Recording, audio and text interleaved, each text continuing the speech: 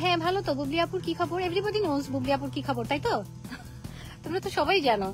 তো আমি আসলে একটু আলাদা সময় বের করে নিয়েছি ওদের কাছ থেকে যে তোমাদের সাথে একটু কথা বলবো।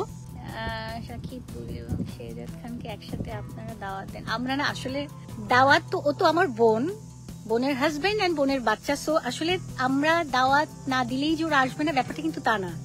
এখানে always most welcome, they knows everything, but maybe they don't have much time this time.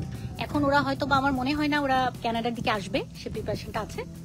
So ইনশাল্লাহ আসা শুরু হয়েছে, সো আসবে তো অবশ্যই।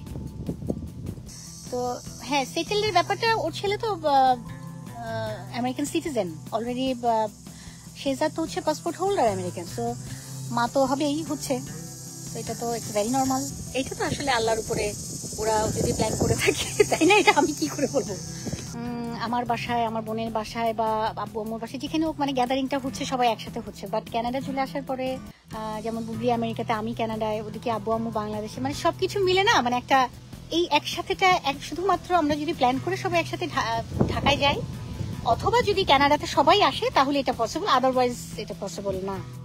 তার থেকে যদি কাজ না থাকে, আমার মনে হয় যারা অত্যন্ত চর্চা করে ব্যক্তিগত বিষয় নিয়ে, খুব কথা বলতে বা একটা কিছু বানিয়ে যারা পছন্দ করে, আমার মনে হয় তাদের উচিত কোনো কাজ যদিও না থাকে, অ্যাটলিস্ট মা বাবার সেবা করো যদি বেঁচে থাকে, আর না হয় নামাজ পড়ো।